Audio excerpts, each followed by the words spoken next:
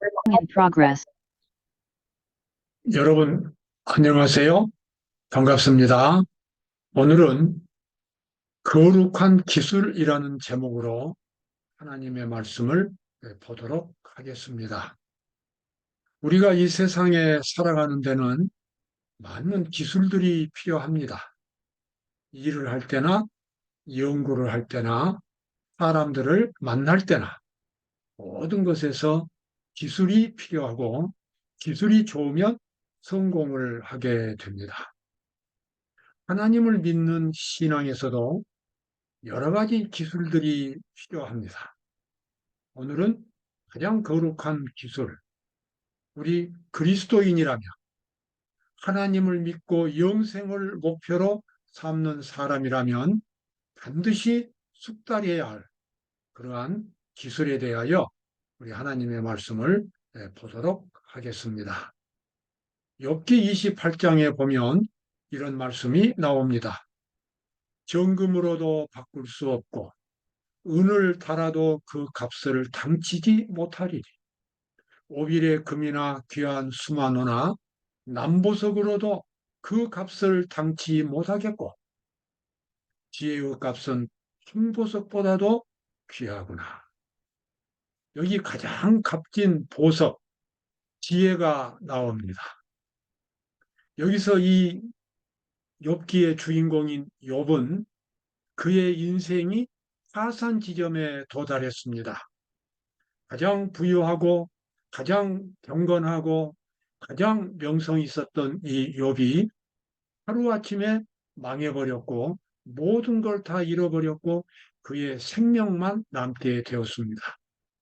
그래서 그는 그의 일생의 마지막 지점에 와가지고 이 세상 어떤 것으로도 바꿀 수 없는 그 영원한 가치 있는 보석, 지혜를 갈망하고 있습니다. 정금이나 은이나 또는 금이나 귀한 수만호나 남보석이나 이 세상 어떤 물질보다도 이 인간이 만든 어떤 값진 것보다도 더 귀중한 것, 정말 사람에게 평안을 주고 사람의 가치를 높여주고 진정으로 행복을 줄 수 있는 그와 같은 지혜, 그러한 거룩한 지식, 그는 그것을 갈망하고 있습니다. 이러한 갈망은 비단 욥에게만 해당되는 이야기는 아닙니다. 우리 모두가 갖고 싶어 하는 그러한 가장 값진 보석이 되겠습니다. 아무리 돈이 많아도 건강을 잃어버리면 그 돈이 별로 그렇게 중요하지가 않습니다. 또 아무리 건강해도 이게 죽을 시간이 다 됐다면 목숨을 잃어버린 그 마당에 오면 역시 또 건강도 별 볼 일이 없게 됩니다. 정말 인간의 가장 큰 이 멸망인 이 죽음 앞에서까지도 희망을 가질 수 있는 진정으로 영원하고 가치 있는 그와 같은 그런 지혜, 그것을 우리 모두가 필요로 하고 있습니다. 마태복음 13장에서 예수님은 이런 말씀을 하셨습니다. 예수께서 가라사대 그러므로 천국의 제자 된 서기관마다 마치 새 것과 옛 것을 그 곳간에서 내어오는 집주인과 같으니라. 여기 예수님은 하늘 곳간을 말씀하셨습니다. 누구든지 진정으로 하나님의 제자가 되었다면, 하나님의 일을 하는 서기관들이 되었다면, 하늘 곳간에서 새 것과 옛 것을 필요에 따라서 얼마든지 꺼내올 수 있는 집주인과 같으니라. 예수님이 이렇게 말씀하신 것입니다. 이 말씀은 예수님께서는 하늘에 지혜의 창고를 만들어 놓으시고 누구든지 원하면 그리스도의 제자가 된 그리스도의 사업을 하는 그리스도를 믿는 그리스도인들이라면 누구든지 원하는 대로 자기의 필요한 것을 꺼내서 쓸 수 있는 그러한 특권이 그 사람에게 주어져 있다는 것을 예수님은 여기서 말씀하신 것입니다. 또 마태복음 16장에서 이렇게 말씀하셨죠. 내가 천국 열쇠를 내게 주리니 내가 땅에서 무엇이든지 매면 하늘에서도 매일 것이요 내가 땅에서 무엇이든지 풀면 하늘에서도 풀리리라. 내가 땅에 살면서 하늘 창고의 문을 열 수 있다는 것입니다. 내가 땅에 있으면서 하늘 창고의 문을 열면 정말로 하늘에 있는 창고의 문이 열리고 나에게 필요한 것들이 내려올 수 있다는 거지요. 예수님은 이 말씀을 베드로에게 하셨어요. 그러나 비단 베드로에게만 하신 것은 아니었습니다. 베드로처럼 예수님의 제자가 된 사람이라면 누구나 이 예수님의 약속을 가질 수가 있습니다. 그래서 이 지상에 살면서도 하늘 창고의 문을 열 수 있는 그 같은 특권이 그리스도인들에게 있다고 하는 것입니다. 그렇다면 여기서 매우 중요한 이제 질문이 나오지요. 어떻게 하면 하늘 창고의 문을 열 수 있는가? 그 열쇠는 어디에 있는가? 그 열쇠를 가지고 열 수 있는 기술은 어떤 것인가? 우리가 그러한 것들을 이 시간에 알아봐야 되겠습니다. 그리스도께서는 우리가 강하게 될 수 있는 모든 준비들을 다 해 놓으셨다. 당신의 성령을 우리에게 주시고 성령께서 그리스도께서 주신 모든 약속들을 기억하게 해 주신다. 모든 약속들, 하나님이 우리에게 주신 그리스도께서 우리에게 약속해 주신 그러한 약속들을 우리가 기억할 수 있도록 해 주시고 우리가 그것을 활용할 수 있도록 성령께서 도와주시겠다고 하는 것이 우리 예수님의 약속입니다. 우리가 강하게 될 수 있는 모든 준비를 다 해 놓으셨다. 여러분, 하늘 창고를 자기 필요에 따라서 열 수 있는 사람이라면 가장 행복한 사람, 가장 강한 사람, 가장 지혜로운 사람이 될 수가 있겠습니다. 그래서 우리에게는 어떻게 하늘 창고를 열 수 있는가? 그 기술을 우리가 알아봐야 되겠지요. 여기 나와 있는 그림은 구약 시대의 성소의 모습입니다. 이스라엘 백성들에게는 성소 제도가 있었습니다. 그래서 그 첫째 칸과 둘째 칸이 있는데 첫째 칸에 들어가서 제사장들이 제사를 드리고 둘째 칸은 1년에 한 번 들어가는 가장 거룩한 장소입니다.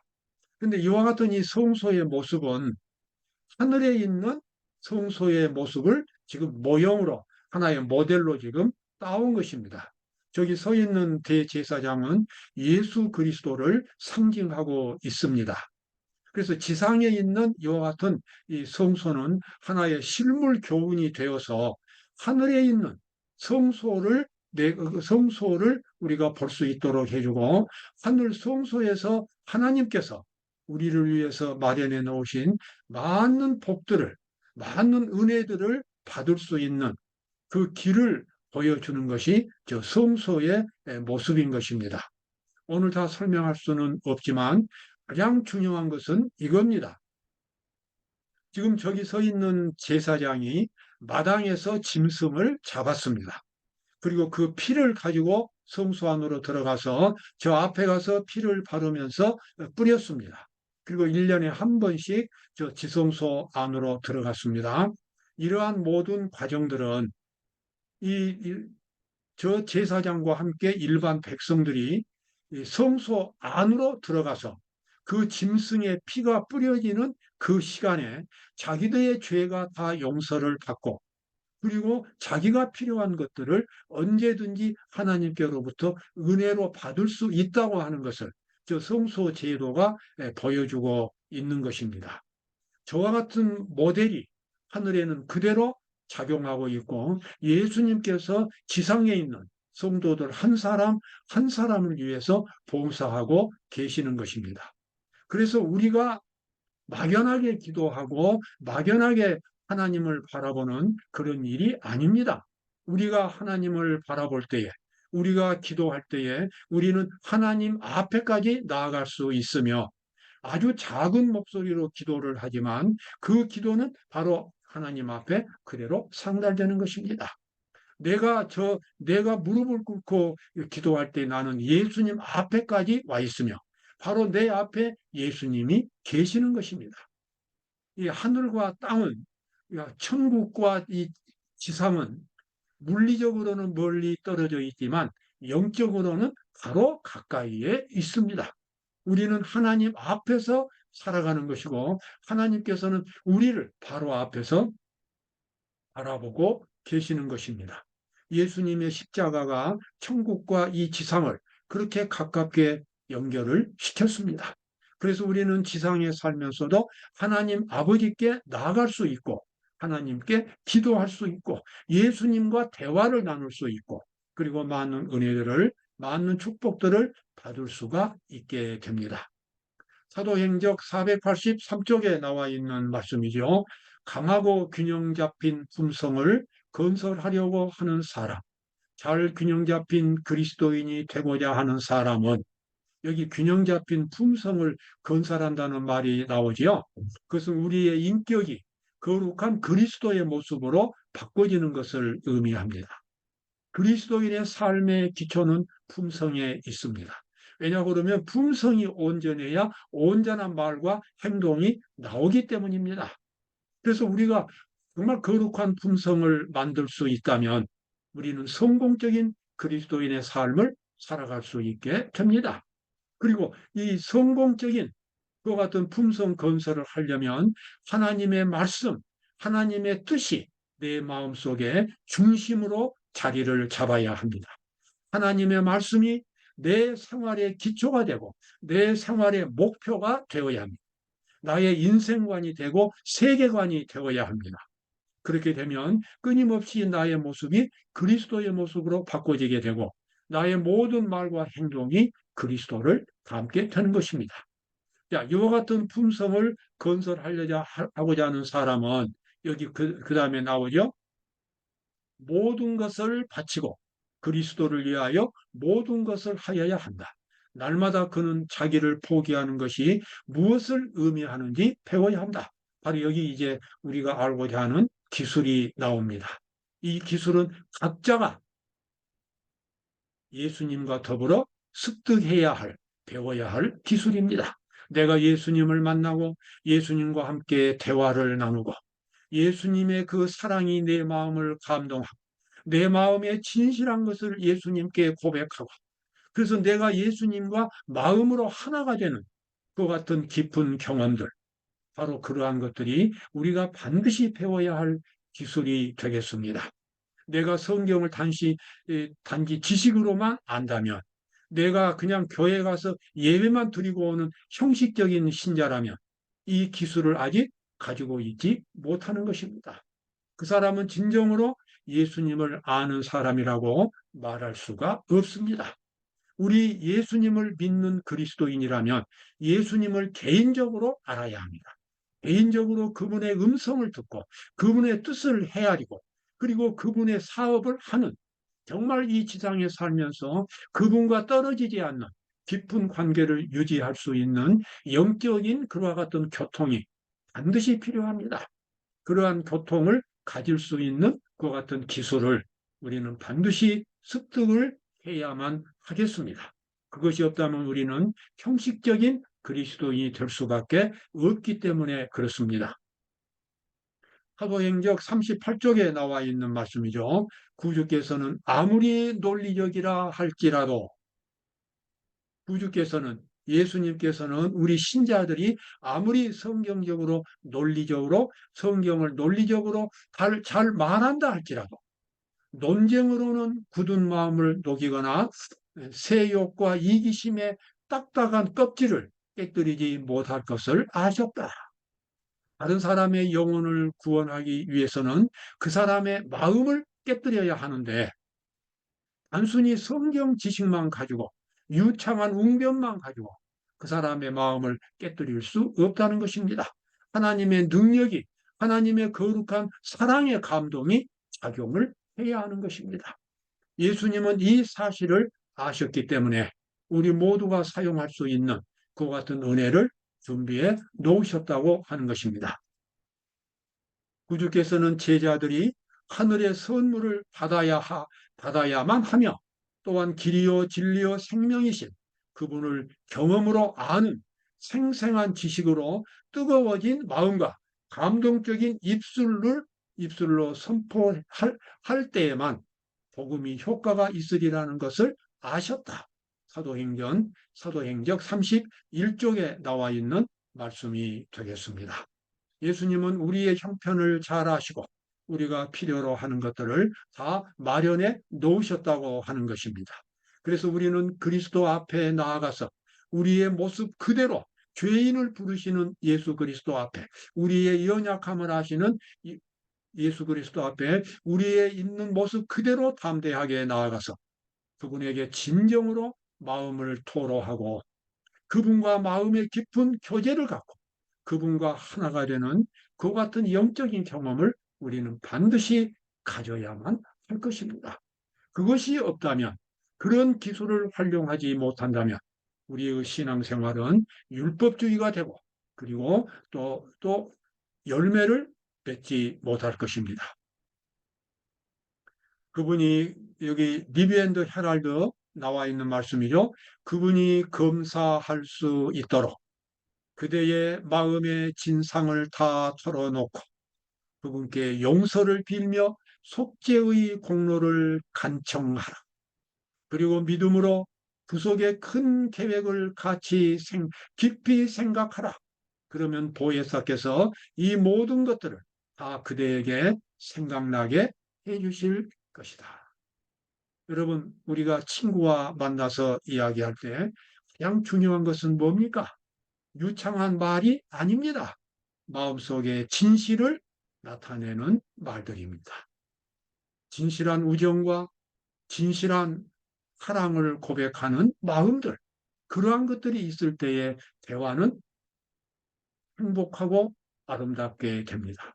예수님과의 기도도 마찬가지입니다. 기도할 때 유창한 그러한 말이나 그러한 것들이 필요 없습니다. 내 있는 형편 그대로 예수님에게 말씀을 드리고 내가 왜 그것을 필요로 한지 말씀드립니다. 내가 실수했던 것, 내가 친구를 만나서 또는 가족들에게 예수님처럼 살지 못했다. 그와 같은 실수들을 솔직하게 다 털어놓고 이제부터는 내가 그것을 고치겠다고 예수님의 뜻대로 하겠다고 예수님 앞에 약속을 하고 새롭게 다시 시작하는 그와 같은 기도, 그러한 것들이 예수님에게는 아주 아름다운 향기처럼 받아들여지고 그래서 그 사람에게 능력이 주어지게 됩니다.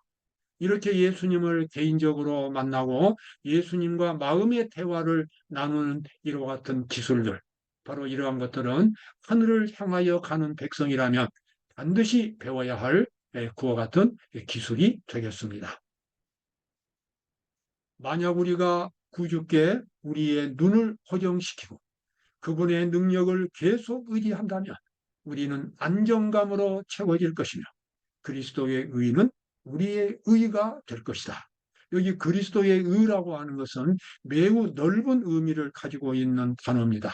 그리스도의 정신, 그리스도의 사랑, 그리스도의 거룩함, 이와 같은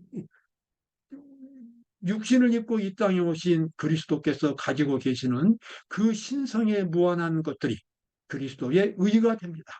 그 의가 우리가 주님과 대화를 나누는 그 같은 교제를 통해서 우리의 영혼 속으로 들어오게 됩니다. 그래서 우리의 감정과 우리의 생각을, 우리의 동기와 의지를 거룩하게 만들어주고, 그래서 우리는 이 세상에서 몰려오는 죄악의 그 물결 속에서도 거룩한 생활을 살 수 있는 그와 같은 사람이 되겠습니다. 바로 그것이 거룩한 기술입니다. 과거에 성공적으로 신앙생활을 했던 모든 그리스도인들이 다 이와 같은 기술들을 활용했고 그래서 성공을 했습니다. 우리도 그와 같은 기술을 가져야 되겠죠. 이렇게 예수님과 대화를 하면서 거기에 꼭 있어야 할 것은 먼저 성경 말씀입니다. 성경 말씀을 그래서 암송하는 것은 대단히 중요합니다. 성경 말씀을 예수님 앞에서 암송할 때에 예수님의 음성이 들려오게 되는 것이고 내가 왜 죄인인가를 알게 됩니다. 성경은 우리가 귀로 확실히 들을 수 있는 것처럼 우리에게 말씀하시는 하나님의 음성이다. 교회증언 6권에 나와 있는 말씀입니다. 여러분 성경을 자주 통독하시고 그 다음에 또 이 성경절, 아주 중요한 성경절들을 그냥 외우셔야 합니다. 그래서 어디 가서나 그 성경절을 성경 없이도 사용할 수 있도록 암송을 해야 합니다. 우리 재림 신자들에게는 열세 기억절이 있습니다. 그 열세 기억절은 꼭 암송을 해야만 합니다. 저도 열세 기억절은 어떤 일이 있어도 아주 능숙하게 암송을 하고 활용을 합니다. 바로 이것은 예수님의 습관이었고 사도들의 습관이었고 과거의 경건한 하나님의 종들의 습관이었습니다. 성경 말씀이 항상 우리 마음속에서 살아 움직여야 하겠습니다. 교회 증언 6권에 나와 있는 말씀이죠. 성경의 단순한 선언이 받아들여지고 사람들은 그것을 따라 행동하였을 것이다. 그것의 산 원칙들은 열국을 치료하는 생명나무의 잎들과도 같다. 에덴 동산에 생명나무가 있었지요. 오늘날 이 세상에는 생명나무가 있는데 바로 그것이 성경 말씀이 되겠습니다. 여기 사도행전에 나와 있죠. 328쪽에 참된 목사는 주님의 사업을 한다. 그의 입술은 제단에서 핀 수치로 뜨거워졌고 예수를 개인의 유일한 소망으로 높인다. 그의 말을 듣는 사람들은 그가 열렬하고 효력 있는 기도로 하나님께 가까이 이끌렸음을 안다. 저도 설교를 하는 사람이지만 듣는 청중들이 하나님의 음성을 들을 수 있는 그 때는 바로 그 목사가 개인적으로 예수님을 깊이 만나고 나올 때, 예수님을 깊이 만나고 경험했을 때에, 그리고 설교할 때에 그 같은 하나님의 능력이 나타납니다. 저는 여기 나와 있는 이 증언의 말씀이 사실이라는 것을 알고 있습니다.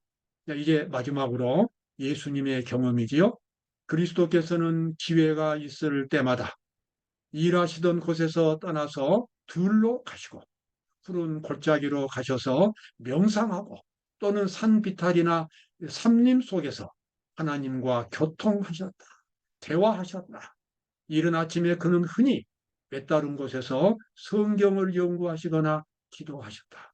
바로 예수님의 습관이었습니다. 거룩한 기술.